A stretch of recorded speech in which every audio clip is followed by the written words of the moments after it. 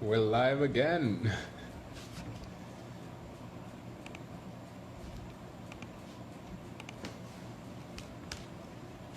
Hey Amanda, how are you?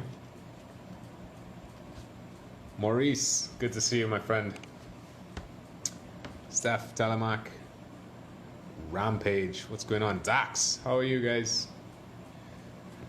And Q is here on time. I like it. So we're gonna pull Quincy Ross in, also known as Q, while we wait for a couple other people to join. Quincy, my man, what's going on? Just cool, sir. How are things? How are things? I know you just came off of another live discussing the very important topic of which snack is the best snack. Yeah, these Hey, are the questions that have to be, the people need answers. they are, The and people need nobody's asking them answers. but you guys. Yeah, so So, this will so be I mean, challenging. yeah, we're gonna give a few people a little time to to join in, give them some Cool, time. But cool. guys, those who are joining in, Q is gonna be talking about. He's gonna take us through sort of like media neutral ideas, which is a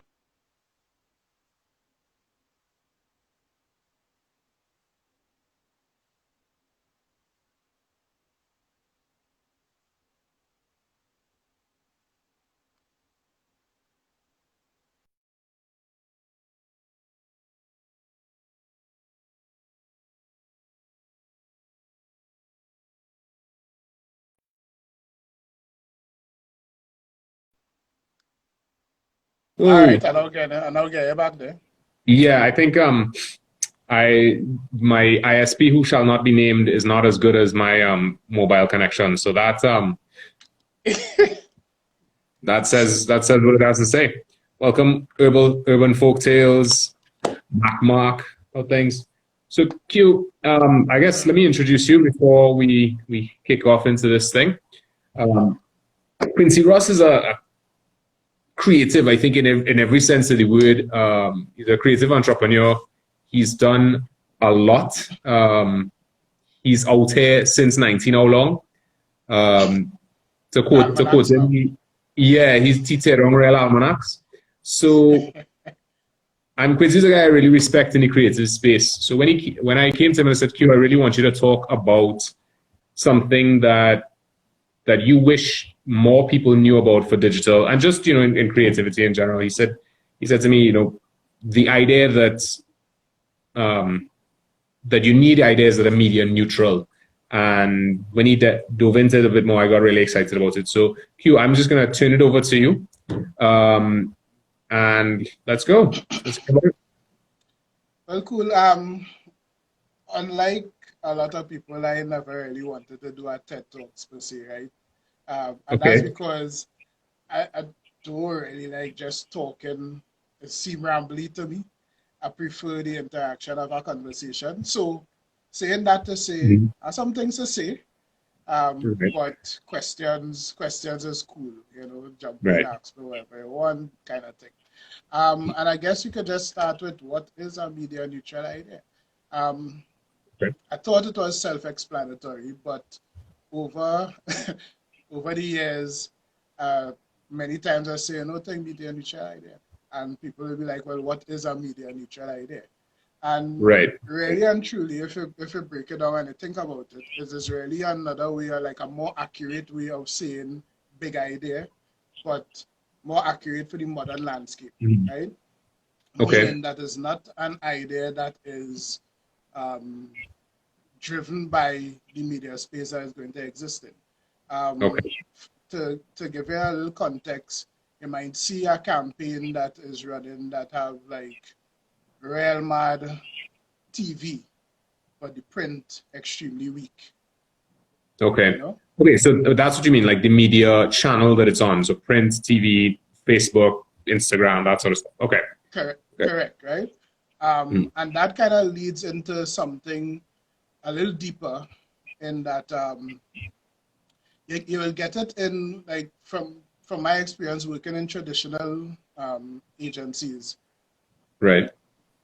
the battle is to not create a campaign that might be, you know, better for TV, but not so good on radio or print. You know, you're trying to come up with an idea that is big enough that it could translate, it gives you the room to translate that to any one of your media spaces, right?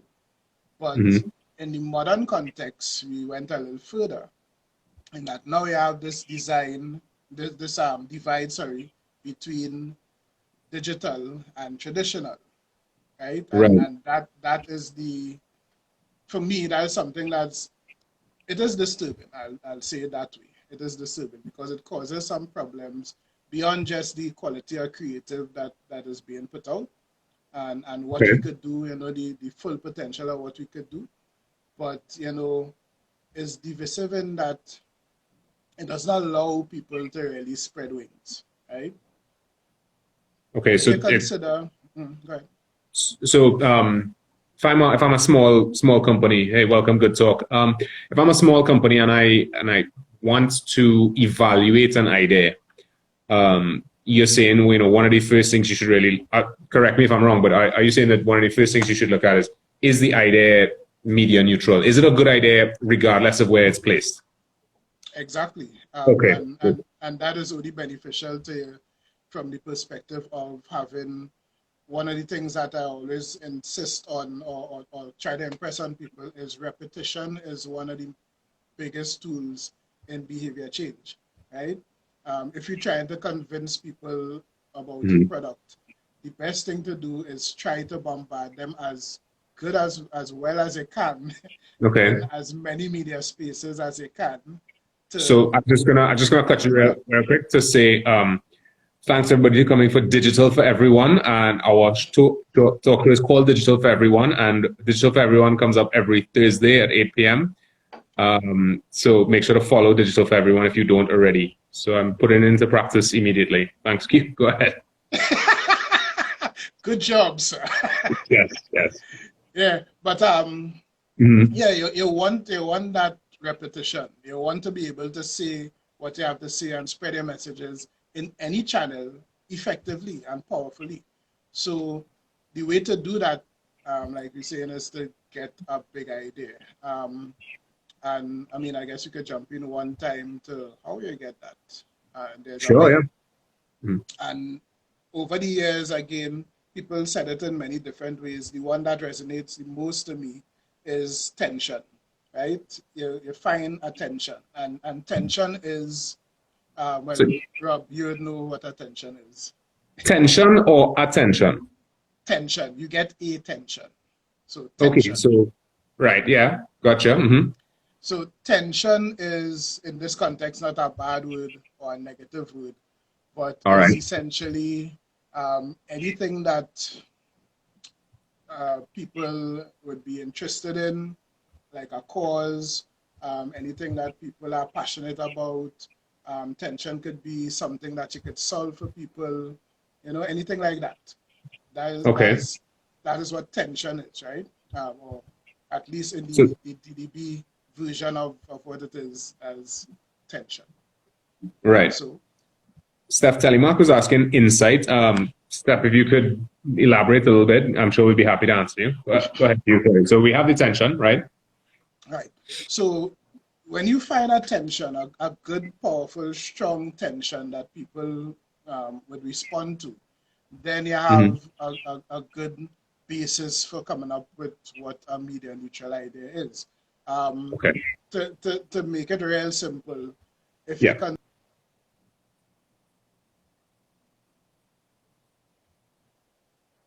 Sorry, so Q was actually demonstrating tension because it disconnected and I felt immediate tension. Yeah, me too. Yeah, let's take Buckley's, right? The Buckley's is a campaign I like to talk about because it's so simple and so well known, and it's so old as well. Yeah. But still subscribes to a lot of things that we do now in a normal context. And yes, Stephanie, insight is part of how you come up with attention, because you need insights to really drill down to what is relevant to the market, right? Fair. So Buckley's have a Right. found a nice tension, right? In that line, it's awful, but it works. Addresses the tension of people Yeah. dislike taking medicine. Medicine tastes Of horrible, course. right? So in a But landscape Bucks is where, particularly bad, though. yeah, of course. But Yeah. I mean, it's not the only one that tastes bad. They have that song, "A spoonful of sugar makes the medicine go down." That is Right. because medicine is something that people do enjoy taking, right? And for a long time, medicine tastes bad. So in a landscape where people are doing all sort of things and making gummies and adding sugar and so on to make things taste better, Buckley's holding on to Right. our original formula, but understanding that the tension is we don't like taking things that taste horrible, whether it be medicine or Hmm. anything else. We don't like putting horrible tasting things into our bodies. Then they found something to address. The way they chose to do it is just face it head on. It's awful. Right. Get over yourself, brace But yourself, but mind it your business. works, right? But if you want something that's working for you, you had to just deal with it, right? So Mhm. that was them finding tension and using finding a strategy to address it, kind of thing. Right. Okay. I like it. Mhm. Yeah, so it was an interesting thing to observe over the years, how we kind of moved away from, or we kind of went further from the mark. At a point in time, we were there, right? And I don't know if this is Mhm. more beneficial to people in the industry or to people starting businesses. I guess both, because insight is insight. But Right. at a point in time, I think, at least in the Trinidadian context, the Trinbagonian context, the I think we kind of mastered getting this big idea that wasn't really strapped to TV execution or radio execution kind of thing. We had some Okay. nice big ideas, locally. And if you look at the evolution of our industry, and it happened globally too, Mhm. there was a particular shift that happened that I think was a wrong turn that we made, and people don't really Mm. fess up to it or say it, but I think it is a wrong turn, which was the which was the advent of digital agencies, right? How dare you, sir? How Yeah, dare? yeah, I joke, but yes, yeah. I hear what you're saying. Hmm. But here's why. Here's why. I no beef to any digital agency, but here's the truth. Hmm. There was a time when people like myself was trying to, from within traditional agencies, trying to say, well, look, there's this new, very fertile, very lucrative, seeming, very interesting media space, right? Right. Platform that allowing you to do real things. And well, at this point, it's kind of free, you know. But It's but you true. could harness it and you could do some serious stuff. And I talking about any times with like Trini Scene and Home View TNT and them kind of things where it was like chat rooms, right? Yeah. And things started happening. People started using these platforms more often.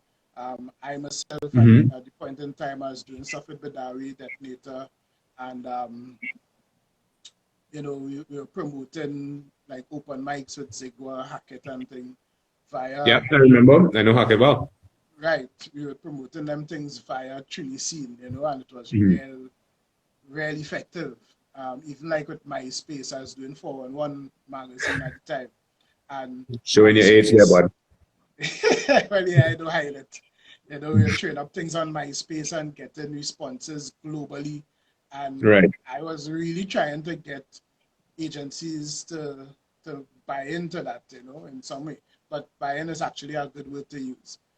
What happened was, and I only realized after a period of time, that the what was being said without saying it in words is the Hmm. agencies didn't figure out a way to make money from it. Of course, we know that traditional agencies make the money from media placement and Right. the media commission, but there was no way at the time to really make money Size with that. that. Yeah. So you'd find when I mean, me being a proactive dude would not just talk about it. I'll actually create campaigns that would be campaigns that using digital things, and I did campaigns that involve Foursquare and things like that. Mm-hmm. And Gosh.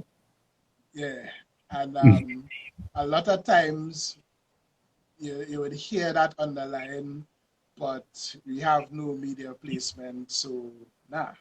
Mm-hmm. It's not that the ideas were bad. So that pullback from diving into it and exploring it and finding ways kind of left a gap open for people to say, and rightfully so, okay, if you're not going to, take hold of this little space here that we think powerful, we're going to set up Yeah. a whole agency and run that, right? And we're gonna. Okay. And up came digital agencies, well, from people that were Right. doing web development and that kind of scene and doing web development with a slant towards commercial stuff, and then growing into what they call an agency kind of scene. Mm-hmm. And boom, you have these people doing digital campaigns and not Mm-hmm. traditional campaigns, and the traditional agencies doing traditional campaigns, and we're not going to digital campaigns.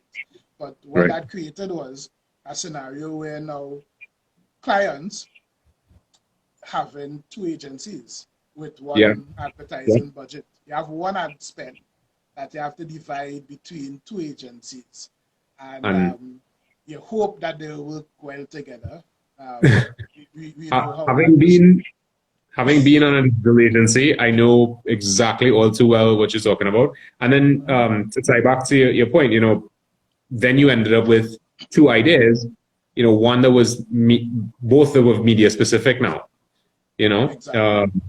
So nice. Okay. And, Yeah. and, and it's almost like you have no choice. In that kind of scenario, you have no choice. Yeah. Because, I mean, all of us working in the industry would have been in a traditional agency coming up with things that have a digital component and get that resistance. Also, Right. might be working in a traditional agency and do something and come up against that resistance, right? A digital Mm-hmm. agency that, and you're trying to do something that have some traditional elements in it, and you come up with that Right. resistance, right? So, I mean, from that setup, you're kind of unable to do something that is not dictated by the channels that you're working with, and Right. that to me is a problem on many, many fronts. Yeah, there's that. So I have I mean, before you go on to the final, I think the biggest question that I want to try and tease out from you is really looking at it from the perspective of a small company owner, right? Mm-hmm. As I think, if I remember correctly, the first pitch I ever pitched to you, and I said, well, give me a company, and you made up, I think, it's Sapodilla Growers Association. So, and this is 10 years ago now, and I never forgive you for it because it was the worst company to ever pitch for. But trying to put this into perspective for anyone who's listening, who's maybe is a small business and wants to know, okay, well, media neutral ideas sound good for me if I have agency money. But I'm a person who needs to market my brand.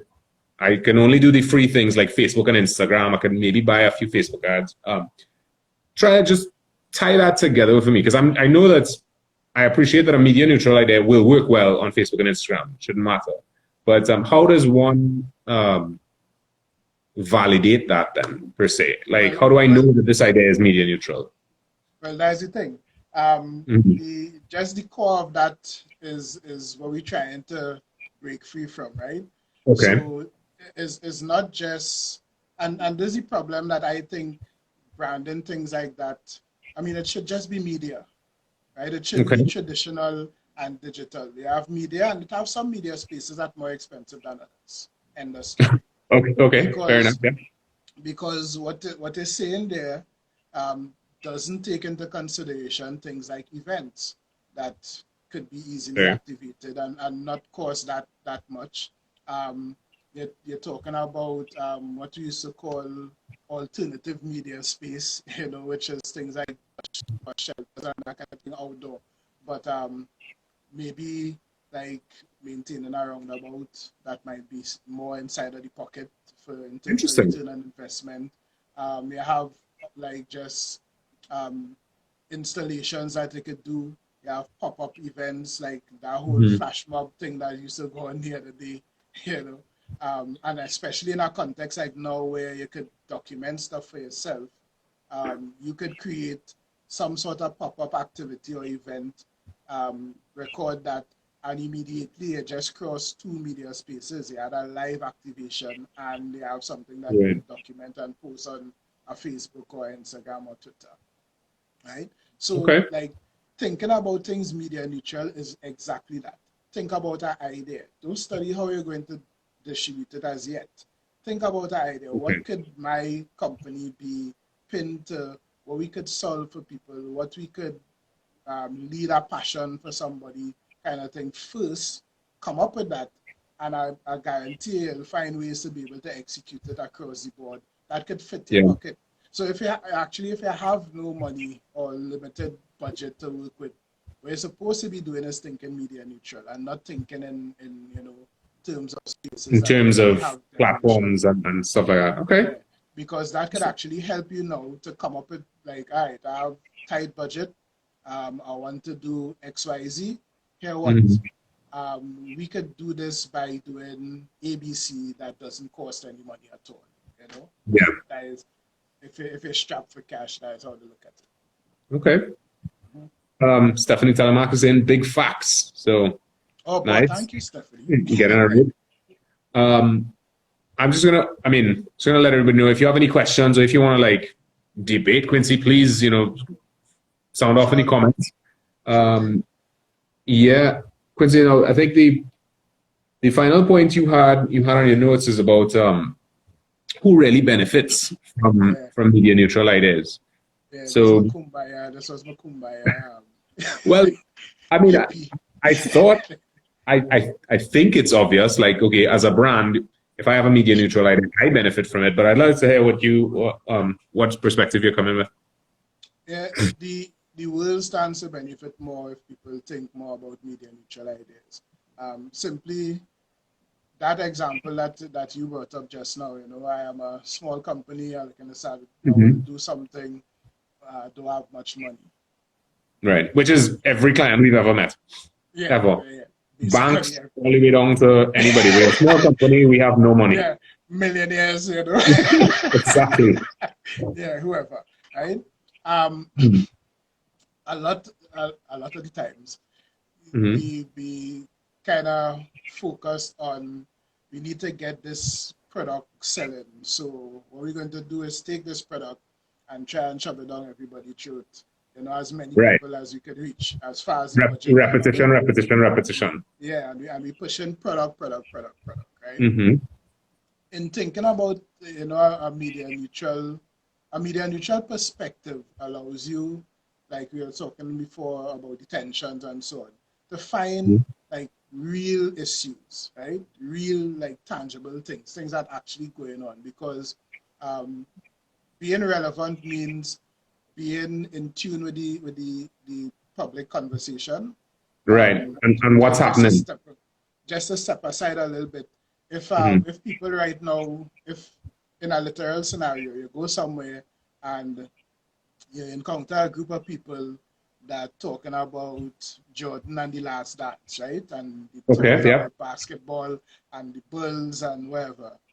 You can't walk into that conversation, especially if you don't know anybody in the conversation, and start a beatbox. You just start a beatbox. So people will watch you like, what the hell?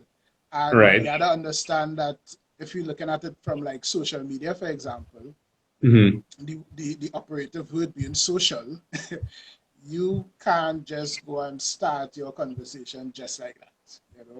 You need to at least be sensible and be in tune with what people interested in for real, and address something. Finger on the pulse kind of thing. Exactly. Okay. if you think in that way, you're liable to like really solve tangible things for people, like real things for people.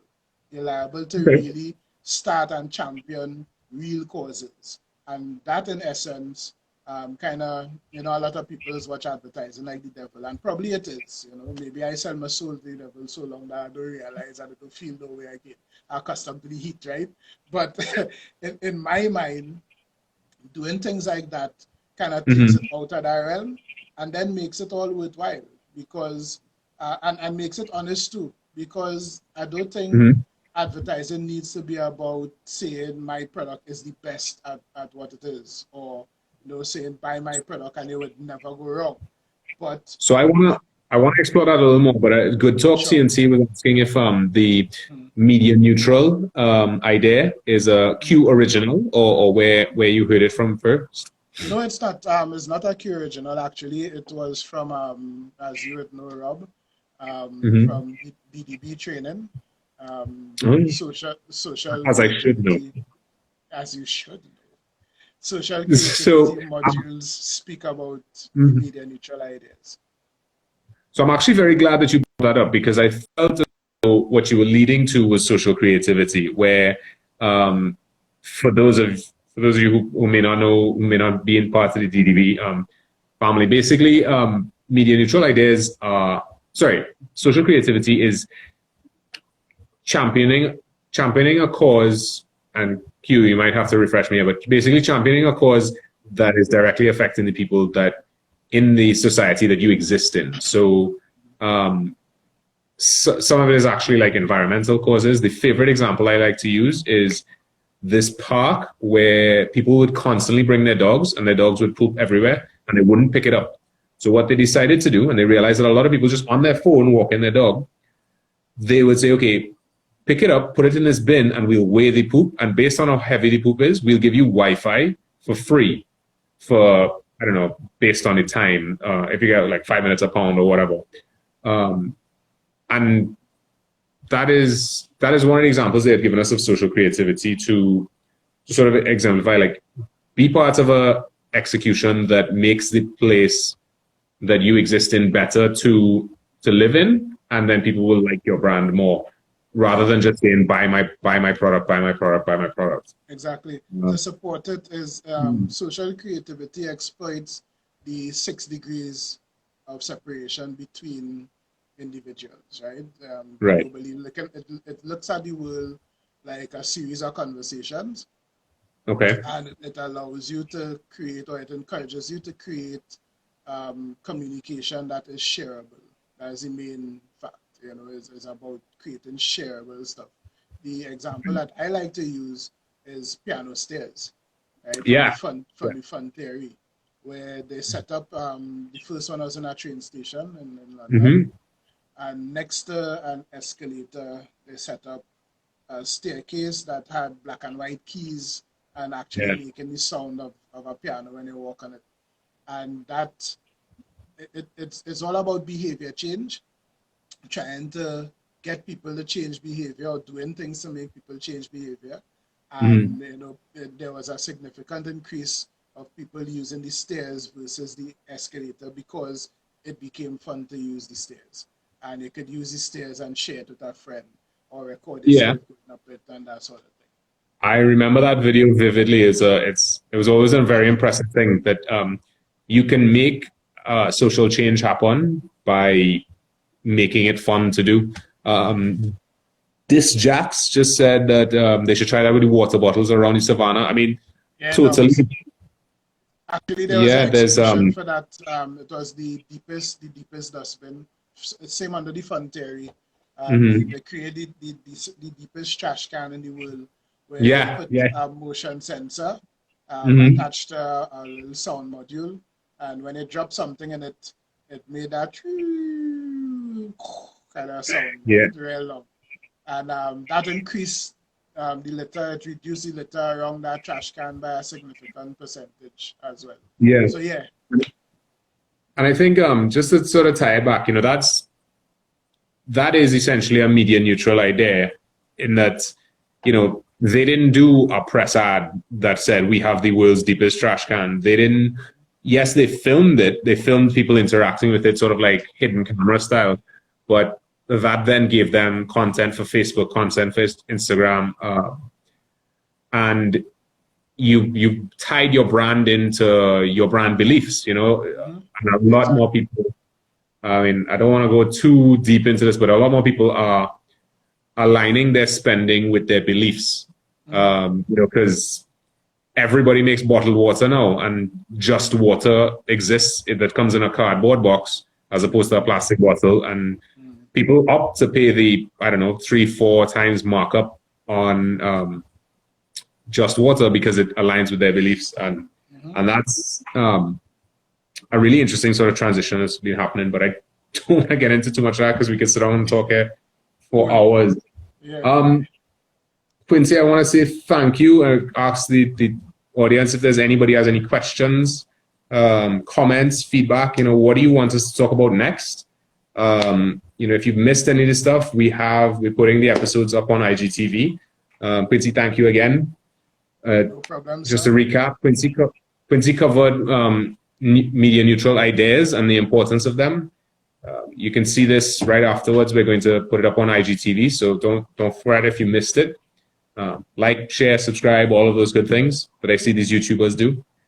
But if that's it, you guys, yes, I'm gonna go make I'm gonna go make a TikTok dance now, and so thank you, Quincy. Thank you guys for visiting. We'll see you guys next week, Wednesday. Yeah, man. Good stuff. All right. Bye bye.